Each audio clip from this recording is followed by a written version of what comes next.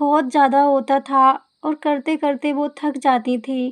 چاکی پیستی تھیں، کنویں سے پانی بھرتی تھیں، صاف صفائی، لکڑیوں سے کھانا بنانا اور بچوں کی دیکھ ریکھ، گھر میں بہت کام ہوتا تھا۔ لگ بھگ ان کے ہاتھوں میں چھالے پڑ جاتے تھے، اتنا کام کرتی تھیں، کیونکہ پانی بھی بھرنا ہوتا تھا، کنویں سے کھینچنا اور چاکی چلانا اور سارے کام کرنا، تو وہ تھک جاتی تھی، ان کے ہاتھوں میں چھالے پڑ جاتے تھے۔ تو ایک دن اپنے ابا جان سے انہوں نے مدد کے لیے سوچا، تو ایک بار انہوں نے اپنے والد سے مدد کے لیے کہا، کیونکہ گھر کا کام بہت زیادہ تھا۔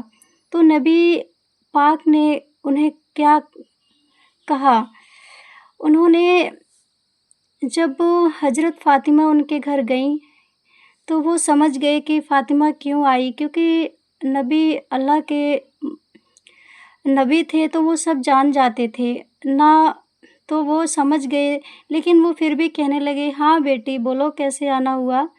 تو فاطمہ نے کہا، ابا جان میں گھر کا کام کرتے کرتے بہت تھک جاتی ہوں۔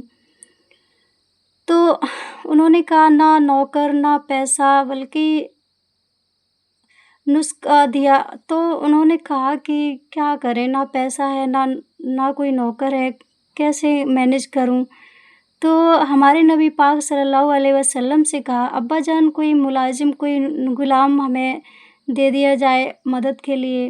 تو ہمارے نبی پاک صلی اللہ علیہ وسلم نے اپنی بیٹی کو، جگر کے ٹکڑا لاڈلی بیٹی کو، نہ کوئی نوکر دیا نہ پیسہ دیا، بلکہ ایک نسخہ بلکہ ایک صلاح دی، نصیحت دی کہ بیٹی جب تم سونے جاتی ہو سارا کام ختم کر کے، تب جب بستر پر سونے لگو تو 33 بار سبحان اللہ، 33 بار الحمدللہ اور 34 بار اللہ اکبر یہ پڑھ کر کے دم کر لیا کرو۔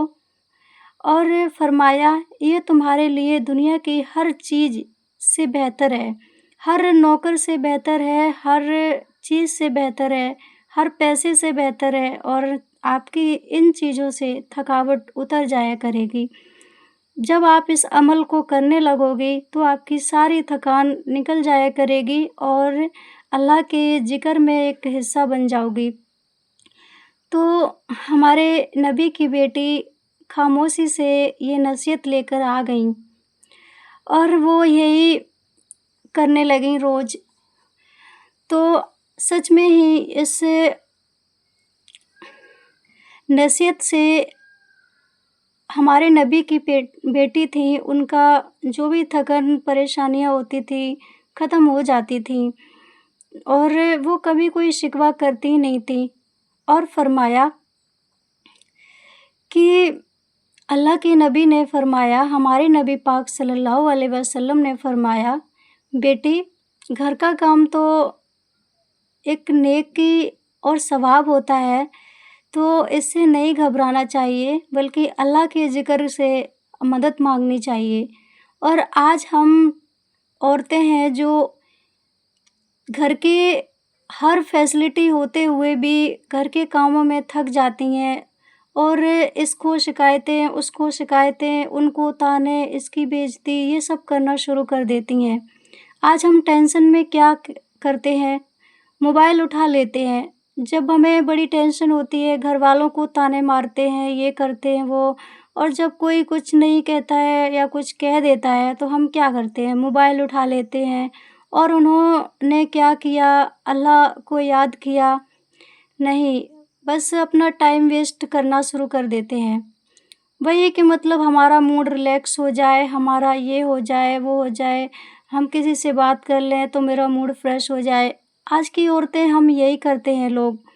تو حیا اور پردہ، حضرت فاطمہ رضی اللہ تعالیٰ عنہا کی حیا اور کا عالم یہ تھا کہ وہ چاہتی تھی کہ ان کا جنازہ بھی اس طرح اٹھایا جائے کہ ان کے جسم کا شیپ آکار بھی کسی کو نظر نہ آئے۔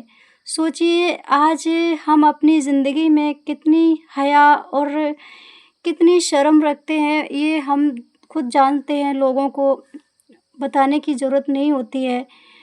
لیکن بہت سی عورتیں ہیں جو پردہ اختیار کرتی ہیں، لیکن تب بھی ہمیں اپنے آپ کو گناہ گار ہی کہنا چاہیے۔ اور ان کی محبت اور ایمان، وہ صرف عبادت کرنے والی نہیں تھیں بلکہ دوسروں کے لیے دعا کرنے والی بھی تھیں۔ رات بھر عبادت کرتی تھیں اور پہلے دوسروں کے لیے دعا کرتی تھیں۔ جب کسی نے پوچھا، آپ اپنے لیے دعا کیوں نہیں کرتی ہو؟ تو جواب دیا، پہلے پڑوسی پھر گھر، کیا ہم آج ایسا کرتے ہیں؟ تو حضرت فاطمہ رضی اللہ تعالیٰ عنہا ہمیشہ کہتی تھی کہ جب تک ہم پڑوسی کا حق ادا نہیں کریں گے تب تک ہماری دعاؤں کا کوئی مطلب نہیں بنتا ہے۔ یہ ایک سوارتھ ہو جاتا ہے کہ ہم اپنے لیے مانگتے ہیں، دوسروں کے لیے نہیں مانگتے۔ تو سوچئے، کیا ہم آج ایسا کرتے ہیں؟ آج کے دور میں کیا ہم سب ایسا کرتے ہیں؟ گائز، حضرت فاطمہ کی زندگی ہمیں کیا سکھاتی ہے؟ صبر کرو، اللہ پر بھروسہ رکھو، دنیا کی چمک دھمک میں نہ کھو جاؤ، حیا اور اپنی پہچان بناؤ۔ اگر آپ اپنی زندگی میں سکون چاہتی ہو تو حضرت فاطمہ رضی اللہ تعالیٰ عنہا کی زندگی کو فالو کرو۔ اگر آپ کو یہ ویڈیو پسند آئی ہو تو اسے دوسروں تک شیئر ضرور کریں۔ تو آج کی عورتوں کو میں یہی نصیحت دینا چاہوں گی کہ آج کل سمجھو پہلے کے زمانے سے بہت زیادہ فیسلٹیز ہیں، ہر چیز ہوتی ہے گھروں میں، بس ہمیں ہاتھ پیر چلانے ہوتے ہیں۔ لیکن ان کی زندگی کا کیا؟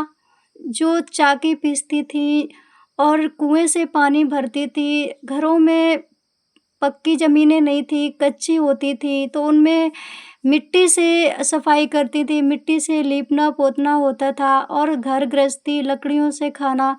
تو آپ بتائیے ذرا، آپ کے پاس پھر بھی بہت سہولتیں ہیں، بہت فیسلٹیز ہیں، تو آپ اتنا تھک جاتی ہو، کیا ہے اس کا ریزن؟ اس کا ریزن یہی ہے کہ آپ کا اللہ میں دھیان کم، دنیا میں دھیان زیادہ رہتا ہے، اور کام میں تھوڑا بھی زیادہ ہو جاتا ہے تو آپ لوگ زیادہ سے زیادہ تانا کسی کرتے ہیں، اور تانا کسی کرنے والے لوگ اللہ کو ہرگز بھی پسند نہیں آتے ہیں۔ تو کبھی بھی زیادہ کام ہوئے کم ہوئے تو اسے نیکی سمجھ کے کرو، کیونکہ مدد کرنا نیکی ہوتی ہے۔ تو آپ گھر والوں کے لیے جو کر رہی ہو نا، وہ بھی تو ایک نیکی ہے، مدد ہے۔ مانا کہ عورتوں پر اتنا بھی نہیں فرض ہے کہ وہ ایک غلام بن جائیں، لیکن عورتیں اگر گھر کا کام کرتی ہیں، اپنے پریوار کی دیکھ بھال، ہسبینڈ کی دیکھ بھال، شوہر کی خدمت، اور اپنے جو ساس سسر ہوتے ہیں ان کی خدمت، تو بہت بڑا ثواب دیتی ہے، جبکہ عورت پہ فرض نہیں ہے تب بھی۔